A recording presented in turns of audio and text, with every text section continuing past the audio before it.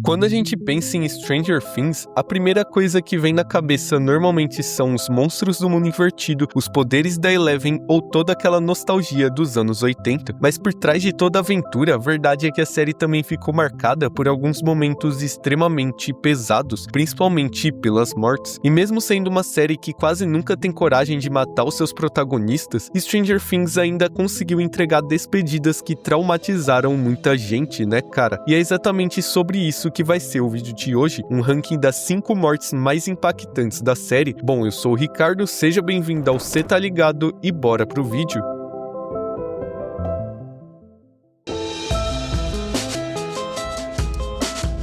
Bom, cara, essa cena começa com um grupo dos adultos chegando no parque de diversões de Hawkins, Hopper, Joyce, Murray e Alexei. Enquanto Hopper e a Joyce andam pelo parque tentando encontrar os adolescentes, o nosso xerife favorito acaba dando de cara com aquele Arnold Schwarzenegger russo. Embora o Hopper dê o seu jeito de escapar, o assassino continuou à solta, saindo atrás deles. Ao mesmo tempo, por outro lado, o Murray e o Alexei estão tranquilos curtindo as barraquinhas do parque. E essa parte, mano, que é justamente o que deixa tudo mais pesado. O Alexei finalmente parecia relaxado pela primeira vez na temporada, tomando slush, brincando nos jogos e tentando ganhar aquele pica-pau de pelúcia que ele queria tanto. Porém, quando Murray sai rapidinho pra buscar comida, é aí que acontece um dos momentos mais chocantes dessa temporada. O Alexei até que enfim consegue ganhar o prêmio dele e sai andando todo feliz em direção ao Murray com um pica-pau na mão, e é aí que Stranger Things quebra completamente o clima da cena. Câmera lenta, a multidão passando normalmente, música tocando no parque, até o russo aparecer no meio das pessoas e atirar no peito do Alexei. E eu diria que o mais impactante é todo esse contraste que a cena carrega, sabe? A série coloca a morte dele num ambiente cheio de luz, crianças, diversão e música. Afinal, ninguém esperaria um assassinato frio como esse num parque de diversões lotado e iluminado, né? E aquele detalhe do tiro sincronizando com o som do balão estourando foi uma escolha muito inteligente dos produtores, porque deixa tudo ainda mais seco e inesperado, trazendo aquela sensação angustiante de que o assassinato tá acontecendo na cara de todo mundo e absolutamente ninguém em volta percebe. Porém, essa não é uma morte tão triste quanto as outras, porque a gente não tinha ainda simpatizado com o Alexei o suficiente para isso acontecer, mas não podemos negar que essa cena foi muito impactante e por isso deixamos ela em quinto lugar.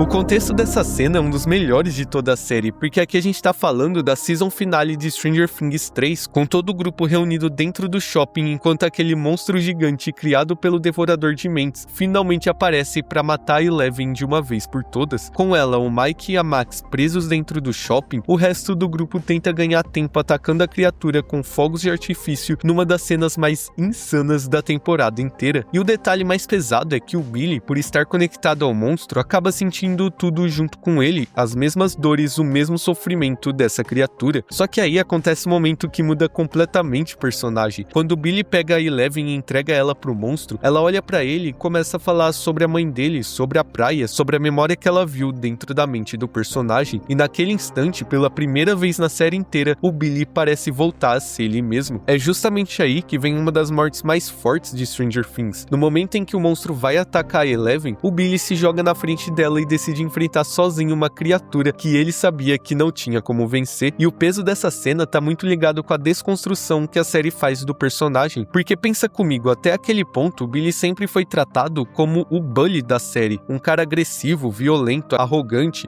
e que só existia pra piorar a vida de todo mundo. Porém, Stranger Things desconstrói isso aos poucos quando mostra o passado dele, o abandono da mãe, o abuso do pai e toda a raiva e o trauma que ele carregava desde criança. Ou seja, por trás de toda aquela agressividade existia apenas um garoto quebrado, assustado e moldado por um trauma. Então, quando a humanidade e a vulnerabilidade do Billy falam mais alto que o próprio controle mental da criatura interdimensional, ele toma as rédeas da vida de volta. E isso é muito triste de acompanhar, porque a redenção dele, diferente de ser aquela onde o antagonista sobrevive e vira amigo do grupo, aqui é na verdade extremamente trágica, porque acontece tarde demais. Ele pedindo desculpas, a reação da Max gritando pelo seu nome, tudo isso no meio daquele Starcourt Mall completamente destruído, cheio de fumaça, é simplesmente absurdo de assistir. Então a morte do Billy vai ficar com um quarto lugar.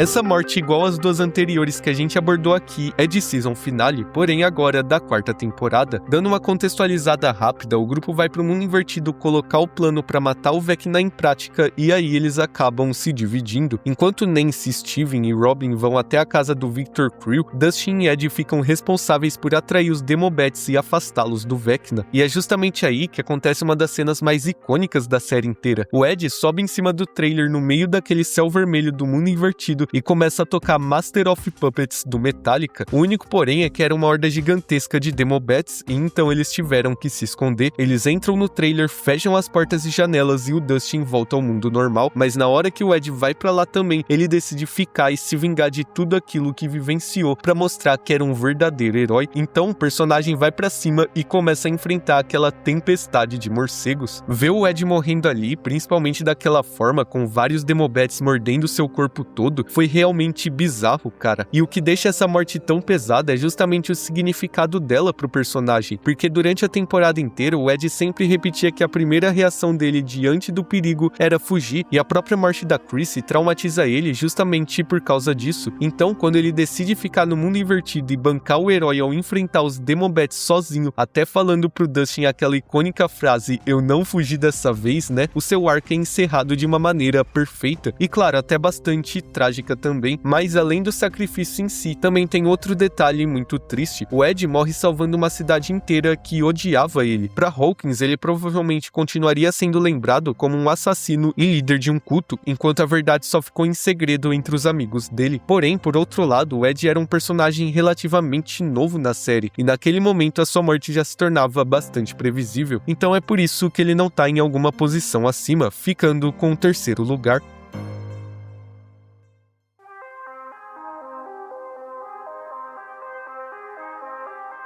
E de novo, essa morte se envolve na season finale de Stranger Things 3, mas na parte do subterrâneo do shopping de Hawkins, onde Hopper, Joyce e Murray tentam fechar o portal ao desligar e explodir a máquina que o deixava aberto. Esse era o plano A, o plano inicial e o único que eles haviam feito, e ele tinha tudo para ser fácil e direto, se não fosse por um obstáculo colossal chamado Grigori, o nosso Arnold Schwarzenegger russo, que já tinha tirado a vida do Alexei. Bem na hora em que a Joyce vai virar a chave, o antagonista aparece e começa uma luta brutal entre ele e o Hopper no meio de todo aquele caos, com a máquina soltando energia para todos os lados e a situação ficando cada vez mais desesperadora. A cada segundo que passa, a batalha fica ainda mais intensa, até os dois irem parar praticamente do lado da máquina, e depois daquela frase absurda do Hopper, ele finalmente consegue matar o russo. Porém, o resto do exército russo já estava chegando e naquele momento não existia outra alternativa senão a Joyce explodir aquela máquina. O que eu acho mais fascinante dessa, entre aspas, morte do personagem é justamente a aceitação que ele tem diante daquele cenário, porque ao invés do Hopper tentar fugir ou começar a gritar ou o roteiro nos entregar uma solução milagrosa de última hora, ele simplesmente aceita, cara. Ele olha pra Joyce e entende que aquele era o fim da linha, e toda aquela troca de olhares com um aceno de cabeça que passa todo o peso do mundo direto pras costas da Joyce é absurdo, mano. O roteiro foi extremamente cruel com a personagem, porque ela fecha os olhos e teve que literalmente girar a chave pra desintegrar o cara por quem ela finalmente estava se permitindo apaixonar de novo. E se a gente for olhar mais a fundo, esse sacrifício seria o encerramento perfeito pro Hopper, porque ele começou a série totalmente destruído por não ter conseguido salvar a Sarah, sua primeira filha. Então ele tenta compensar isso entregando a própria vida pra garantir que a Eleven possa crescer e viver. Mas cara, a gente não coloca a morte do Hopper no top 1 porque a gente sabe que ele sobreviveu, né? Tipo, se ali mesmo fosse realmente o seu fim e se ele não tivesse parado naquela prisão russa na próxima temporada, essa com certeza seria a morte mais impactante da série, sem sombra de dúvidas.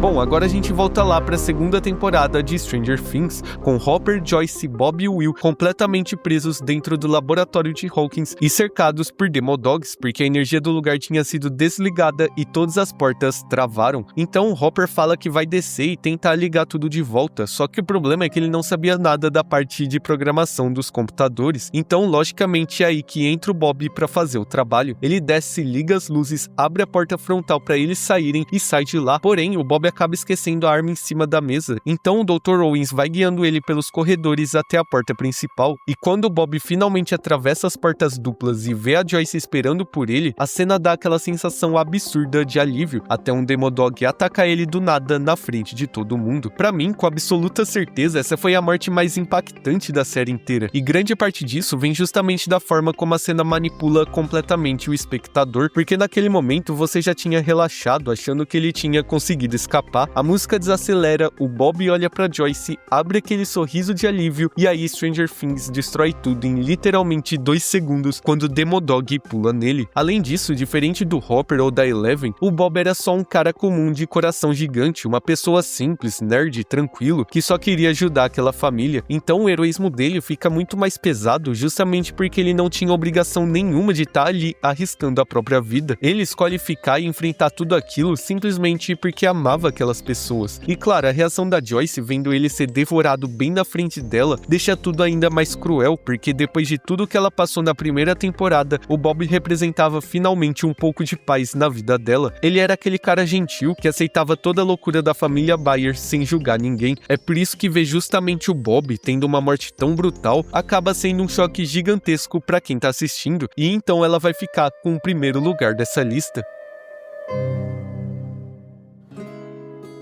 Mas esse foi o vídeo de hoje, a gente espera que você tenha gostado, e se você curte o nosso canal, segue a gente no Insta que a gente tá começando a postar conteúdo por lá. E claro, se inscreve, deixa o like e hype o vídeo pra dar aquela ajudada, porque a gente vai ficando por aqui. Muito obrigado você que assistiu até agora e falou!